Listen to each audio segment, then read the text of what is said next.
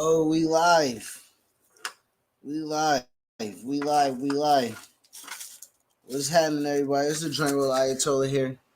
Um, I'm live in three places right now. I got Reasonable Wrestling on YouTube. Check that out, Reasonable Wrestling. Joint brother Ayatollah, YouTube. I'm live, and I'm on live Reasonable Wrestling Twitch playing Madden. I gotta get all this shit in at the same time, bro. When you married with kids, you try to tell that nigga you about to do three different things, nigga. Shit, feel me? So right now, game just started live on Reasonable Wrestling on Twitch. I'm playing live, man. Me and my brother CT Chitty Bang, one half my tag team partners. We're in the franchise right now. And Joint Roller Ayatollah for everybody who don't know. Joint Roller Ayatollah, which is me, right here. And me right here. We got my own papers. You feel me? I do a review. You feel me? I smoke a strain a day, or at least I try to, a different strain today. Um, um, shit, I don't even know what number I'm on right now. Shout out to the big homie Dave. Love you, boy. OG Dave. Appreciate the big homie. Today we smoking some Cat K. Can y'all see that? Cat K. No, that's not what we smoking. I'm sorry. We're smoking some Miami queso. We smoking Miami queso today. All right, Miami queso today is what we smoking. You feel me? So Miami queso is at almost 30%. So we got 30%, 29.9%, and 2.2 on the terps. You feel me? So I love Bud. You dig what I'm saying? But for my Reasonable Wrestling people, we are here to talk about AEW. All right, Ayatollah on AEW. I'm gonna raise my chair up a little bit, make me look a little, present myself a little bit. You know what I mean? So AEW kicked off with John Moxley, which I listen, man. That boy's listen. He's one of the goats. And we was just having a conversation. I love the Dan Lebertar show. They're a parody on sports radio, and it's always a conversation about goats. Who's the goat? Who's the goat? Goat this, right? And goat is greatest, but can you have multiple greatest, right? Like, is that something that we can have a nuanced conversation about? You know what I'm saying? Because right now, John Moxley is having one of, if not the greatest post WWE career that I can remember. Now, I'm not no historian. You feel me? So those who got some more knowledge than me, then feel free to holler at me and let me know. But as of right now, from what I can see, and from the presence that he has, and the moxie that Moxley has, you feel me? He presents himself like he's that guy, and of course you kind of have to, you know what I'm saying? But it translates with the confidence that these companies have to put the company on his back. Now, this is a guy, again, who was the Iron Man in WWE at one point in time, who was, he won almost every champion. I think he won every championship there, tag, right? And part of one of the greatest groups. Here we go. One of the greatest groups of all time in the Shield. One of the most decorated and accoladed groups of all time. Then he leaves, and immediately he carves his name out first in New Japan as the IWGP United States champion, and put that championship kind of on the map. Now, don't get me wrong, Kenny Omega did a really good job doing that when it first got introduced. So I don't want to kind of, again, disparage those that come before, right? But I think Moxley brought that on TV, right? I think he brought it on AEW TV. So again, New Japan benefits tremendously by putting themselves in great business relationships with Jon Moxley, presenting him well, putting a championship on him. And then he does what he does with AEW, becomes the ace of AEW, right? Multiple time AEW champion, carries the company through the pandemic, a la Drew McIntyre, right? So Moxley being right now the global Triple Crown winner, right? Winning the IWGP Heavyweight Championship, winning the aforementioned WWE Championship and the AEW Championship. He has now been the world leader in wrestling on all fronts. So you gotta give homie his props, man. You got to. There is no reason for me not to kind of put him in the category as one of the best ever. And again, post WWE, got my name, went on, did another thing. Like, I don't know anybody that has that pedigree. You know what I'm saying? So I just want to say shout out to Moxley. You know, he is one of one. Honestly, he's one of one. He's one of he's of an elk that should be cherished, should be appreciated, and I have been one to be sort of disparaging of what it is and who he is and things that he translates to, but I have to give credit where credit is due. For those over here on Joint Roll Ayatollah, we just wrote us a joint while we was talking. I think we've been live 7 minutes. Okay, the lighting looks crazy on. I'm on two joints right now. Lighting looks terrible on over here. So let me see if I can brighten me up. So Miami queso, what we got? All right, it's a hybrid, but it reads indica here from True Leaf. Again, we at almost 30% THC. It's supposed to be, have the effects of relaxation, happiness, euphoric, leave you uplifted, tingly. You know what I'm saying? It's really good for those who have stress, anxiety, chronic pain. Listen, let's fire this joint up right now for everybody. It's Joint with Ayatollah. Again, your boy like to talk weed and wrestling. So right now I'm on 2 streams right now. Reasonable Wrestling stream, Joint with Ayatollah stream. Shout out to Twitch, Reasonable Wrestling, playing some Madden. Your boy is a triple threat right now. All right, so this queso is supposed to taste and smell and have the kind of, I guess, flavors of cheese. You know what I'm saying? So I'm not a big cheese fan. I like floral.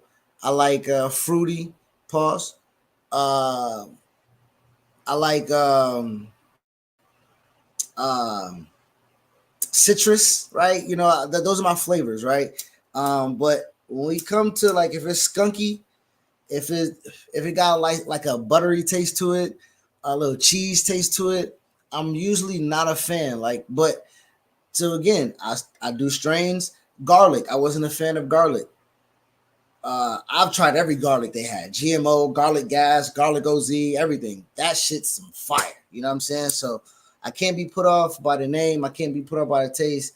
I gotta smoke it for the effects and see if it do what it do. You know what I'm saying? So here we go. We sparked it. I'll let you know how this goes.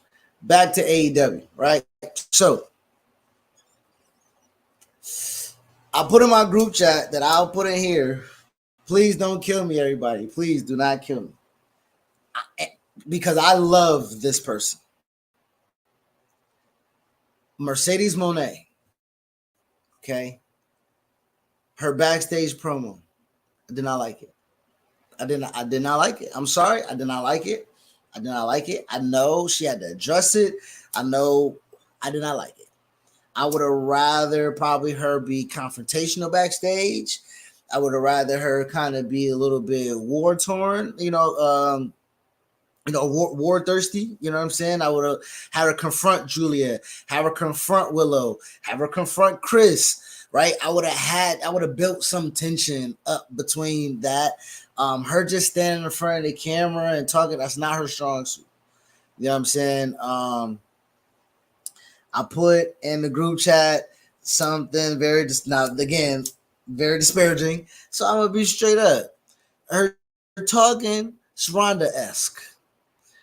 Okay? And I'm just gonna put it like this for everybody to know what I'm talking about. There seems to be a lack of fluidity. I don't want to say she's not authentic. I don't want to say she sounds rehearsed. I don't want to say she sounds choppy, because all of those things aren't necessarily true.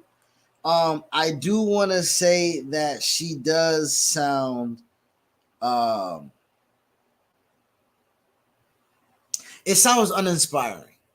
Right, when I hear her talk about the CEO, when I hear her talk about somebody attacked her in the dark and it would come to light and everything, that doesn't it didn't fit well with me. You know what I'm saying? So I do want to see her presented slightly better, more kind of candid stuff. I think that helps her. I think a little bit more back and forth where she can play off of. You know what I'm saying? Um, I do feel like that she kind of gets pigeonholed, knowing that she can hold a mic, but she needs direction and how, right? And there's no disparaging thing coming from me saying that she needs a little bit of direction, a little bit of directing, a little bit of producing.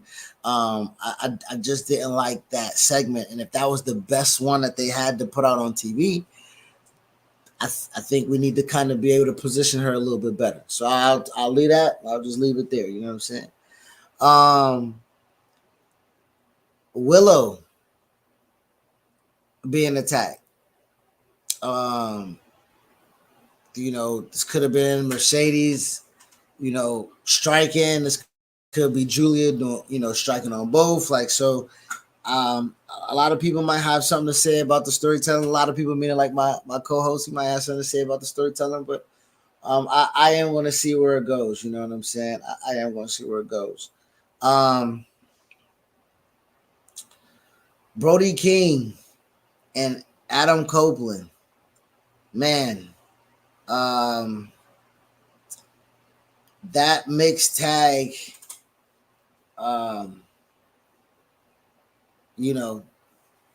it it didn't do much for me.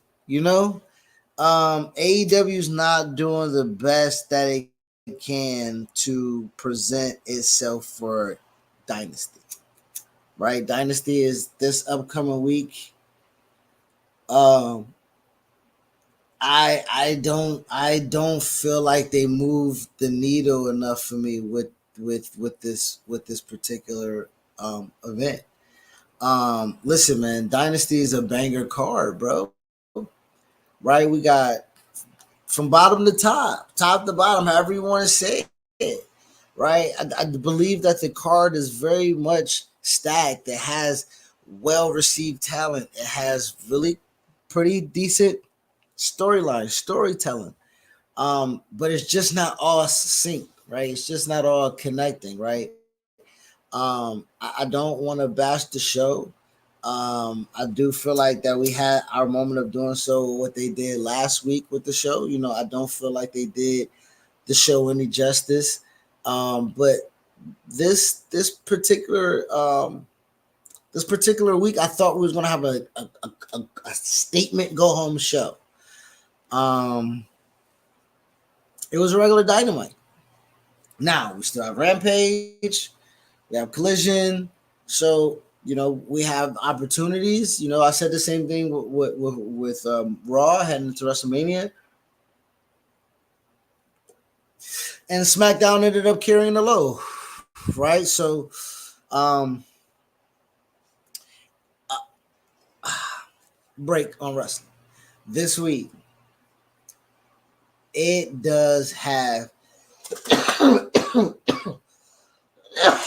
a buttery aftertaste that I'm really not really a fan of, but it is smooth, smoking out of rice paper. It smells it does it's skunky, but it smells really good. It's pungent, right? And you kind of know if you even when you're at a festival, when you're in a club, you know what I'm saying? When you're at a park, when you smell it, you know somebody got some dank. This is one of that. This is some dank. You know what I'm saying? Does have a buttery aftertaste to it. Not really too much a fan, but if you catch your right batch, like I did at 29%, like I said, almost 30%, 29.9 at 2.2 on the terps. You'll smoke it, you'll chill. It's a nice, like I said, it's a hybrid, but mine is an indica. It's a good relaxing bud to have at the end of the night. So thank you guys. Drink what I told. I got another strain tomorrow. We're gonna smoke Cat K, and then we're gonna go live 420. Follow me, Drink what I told. We're gonna go from fucking dispensary to dispensary. You feel me? All right, I'm out. Peace. All right, so I'm done on Drink what I told. I'm focusing right back on wrestling. Now I can do that and pick up the sticks. Man. All right, so back to AEW. Osprey, right? He got a match with Bryan Danielson at Dynasty. Again, that is a dream match. And I'm not finna beat AEW up about stories and building and everything like that, right? We got Kenny Omega and Bryan Danielson on a Dynamite, I believe, if I'm not mistaken. You know what I'm saying? It was a big draw. I tuned the channel. I was there. I watched. I had cable at the time. Actually, I had YouTube TV at the time. So that expensive ass shit was racking in numbers. You feel me? Letting them know that I was watching. So I do appreciate the availability that they have to put on these dream matches, right? Like not everybody has that case or everybody has that one too. WWE tries to, don't get me wrong, but like again, everybody's not there, right? And the people that aren't there, you try listen, that's how this was all created, right? Like all in 10,000 seater was can we put on a banger indie match of like the best of the best? You know what I'm saying? And so I really do. I appreciate that. I value that. You know, with AEW, but you kind of once you got me reeled in, you do have to build on that. You know what I'm saying? So again, Osprey and Danielson. I think that whole feud, Osprey didn't have to wrestle a match. Feel me? Like again, we talking about AEW again, and we talking about the fans of AEW. I mean, he can wrestle a match or a tag. You know what I'm saying? Put him in like, don't you know? But him and Danielson could have just been a talk like a build up, right? You could just get some New Japan footage, get some wherever he wrestled that WWE don't own the rights to. Build a package. You got Ring of Honor, Tony, right? Build up the best of who this is, the best of who this is. You got new footage from him, right? Like just I think could have just been it just could have been done better, honestly. It could have. Um I don't know what they're doing with Shane Taylor. My boy can't lose everything, right? You know he can't. Him, Lee, boy, stack up some wins or start stacking some bodies. One or the two. You know what I'm saying? What else I want to talk about from AEW? Listen, I should be excited about Pac and Okada. You feel me? Like GD's been saying it for some time. It was like, yo, defend it. And like, bro, I can't. The only thing I can hang my hat on is like, yo, these matches gonna be bangers, nigga. Like that's it. Like that's the only thing I can say. Like I can't say that they have been presented well.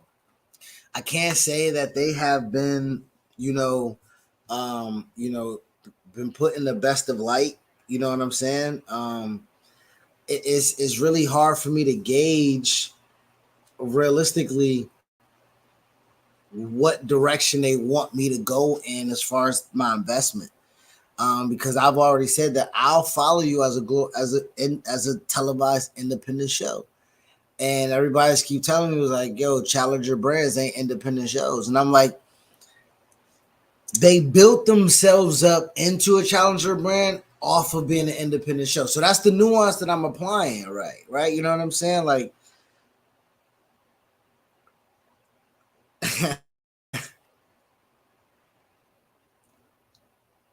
having nuance in an emotional conversation is stupid. And wrestling is an emotional conversation. And like being married is an emotional conversation. You know, like this is what it is. And when you're in an emotional state, having an emotional conversation, having a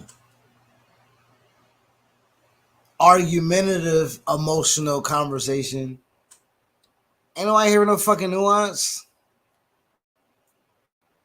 Like what? You know what I'm saying?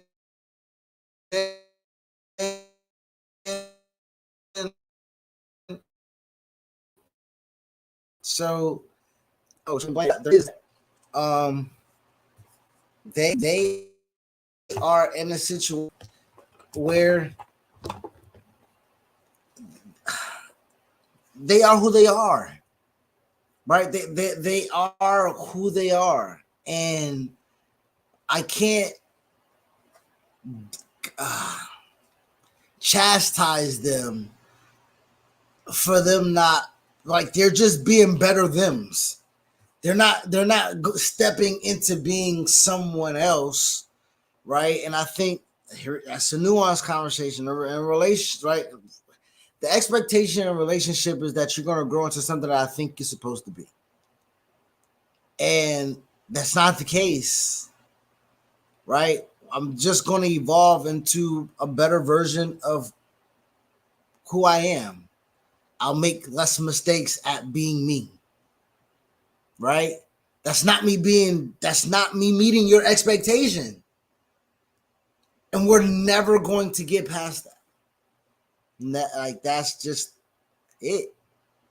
You know what I'm saying? So if we're able to step back a little bit and just like digest what it is at face value, I'm telling you who I am and what it is that I want to do at every turn. Do I want to be profitable? Yes. Do I want to make some money? Of course. Do I want to get sponsors and average all that other shit, nigga? Yes, I'm on Warner Television. I want the fucking running from basketball. I want to bleed into NBA. Like, I want all of that. I do, but also my guys like to bleed and blade, and some guys like to cuss, right? And you can't tell me the influence of AEW doesn't move the needle, because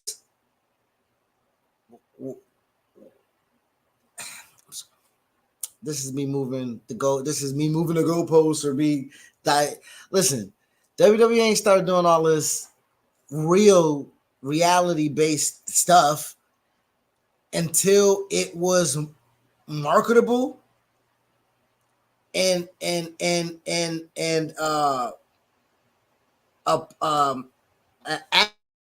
avenue to generate revenue, right? WWE was super PG for a long time. They'll still kind of present themselves as that. But listen, MJF is getting the okay from, or Tony's paying the fine from Warner. He's getting those calls, and hey man, you doing too much cussing, bro. What The Rock do? big boy them and said, hey man, your influence is good, but my influence is what it is. And I'm about to come and start just saying fuck on TV, and they're just gonna have to deal with it.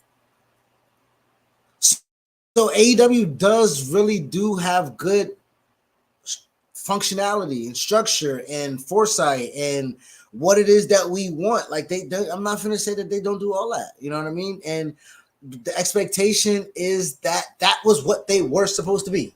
They were supposed to be an alternative, and then now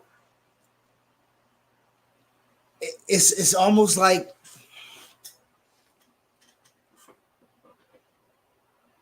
I'm sorry, I'm just riffing right here. It's me, Dolo. Golden State. You can't win a championship shooting threes. Y'all remember those conversations? Y'all remember those talks? Jump shooting teams to make a miss league. You can't win a championship like that. They were young too. They were unproven. Mark Jackson that said they was the greatest backcourt. We were like, what the them niggas ever done? They just lost to the Clippers. The Clippers. You know what I'm saying? Like, so like, but over time, nigga, they revolutionized the game. So much so that what they are, their identity is not even special anymore to them. Right? AEW is the same way. The revolution will be televised. The alternate will be here. Until that identity no longer is supportive of, right? We've moved on. Now there's a hybrid. Now there is post play with Jokic, and then there's 3-pointers with Murray and Porter Jr. You feel me? Like now it's beautiful ball movement with a big man that we ain't never see just throwing passes and shit like magic, right? There's an evolution into what it is to know now the Warriors are what they are. So AEW, I kind of, the pivot has to be made. They still have the ability to make, and again they have an ace. They have Moxley. They got Steph. They do. Like they got somebody that can compete. They got somebody that I want to see. They got somebody with a storyline that I can fall in. Like they got somebody I want to see win. Right? They don't got a whole bunch of Draymonds. I'm like, come on, nigga, get your shit together. They ain't got a whole bunch of Clay, like pick your chin. Like they ain't got a whole bunch of them. They got spots of people like that. But they team is like, I want to see them go out like that. Go out on your sword, nigga.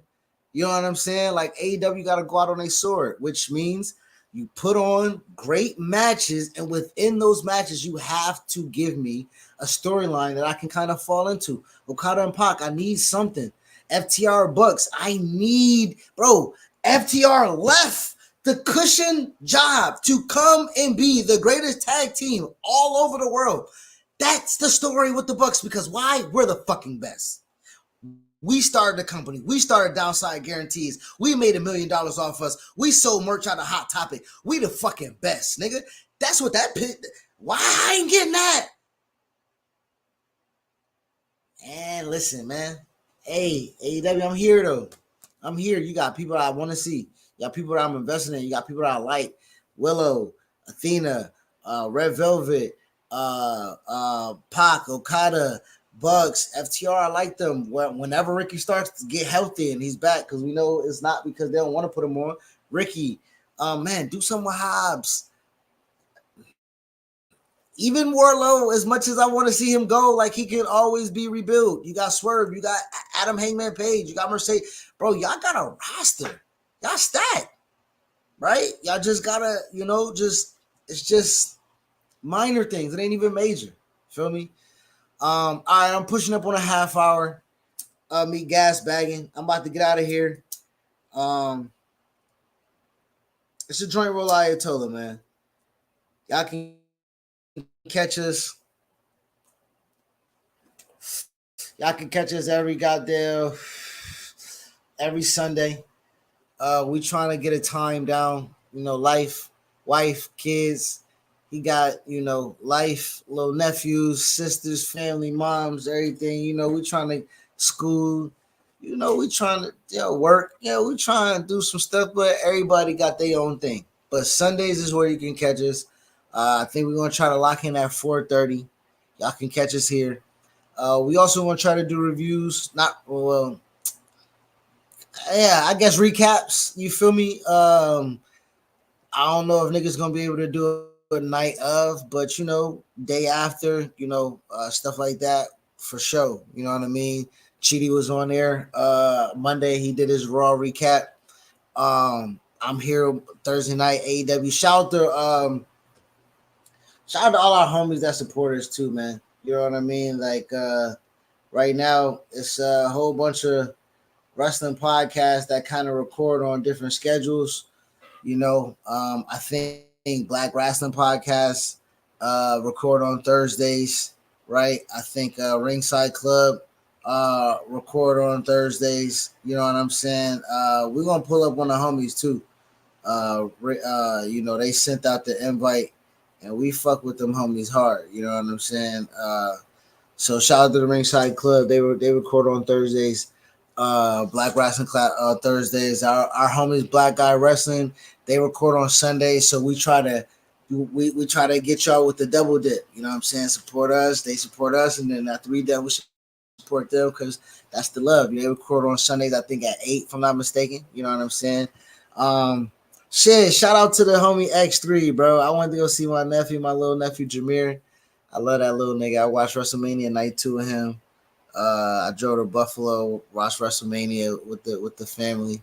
And he was like, X3? Like, yeah, that's the homie. He was like, I watch him all the time. I'm like, that's the homie, yo. So shout out X3, man. Shout out to Brandon. You know what I mean? Y'all got a whole generation, bro. That's looking up to y'all doing it. So shout out to A Show. Um Black and House Table. You know what I'm saying? Who else I'm missing? Shout out to homie Low from Philly. He held me down when I was out there. The wrestling community is dope, man. Black Eye Wrestling. I'm sorry. Those wrestling girls. You know what I'm saying? The community is strong. You know what I mean? So we try to support as much as we can, listen to as much as we can. But some of y'all niggas takes be crazy. You know what I mean? Some of y'all, cause for debate. You know what I mean? But love to everybody doing the pod. Um, we'll be back here Sunday. SmackDown is tomorrow, so me and Chidi might pull up on here tomorrow. I might be up here tomorrow. I try to review a strain every day. You feel me? So I smoke a different strain a day. You know what I mean? So I might run live after SmackDown and because SmackDown's pretty fire. This is the AEW show, so I ain't finna disrespect. You know what I mean? So it's a Drake Ayatollah, man. I'm out. I appreciate y'all for fucking with me. Peace out.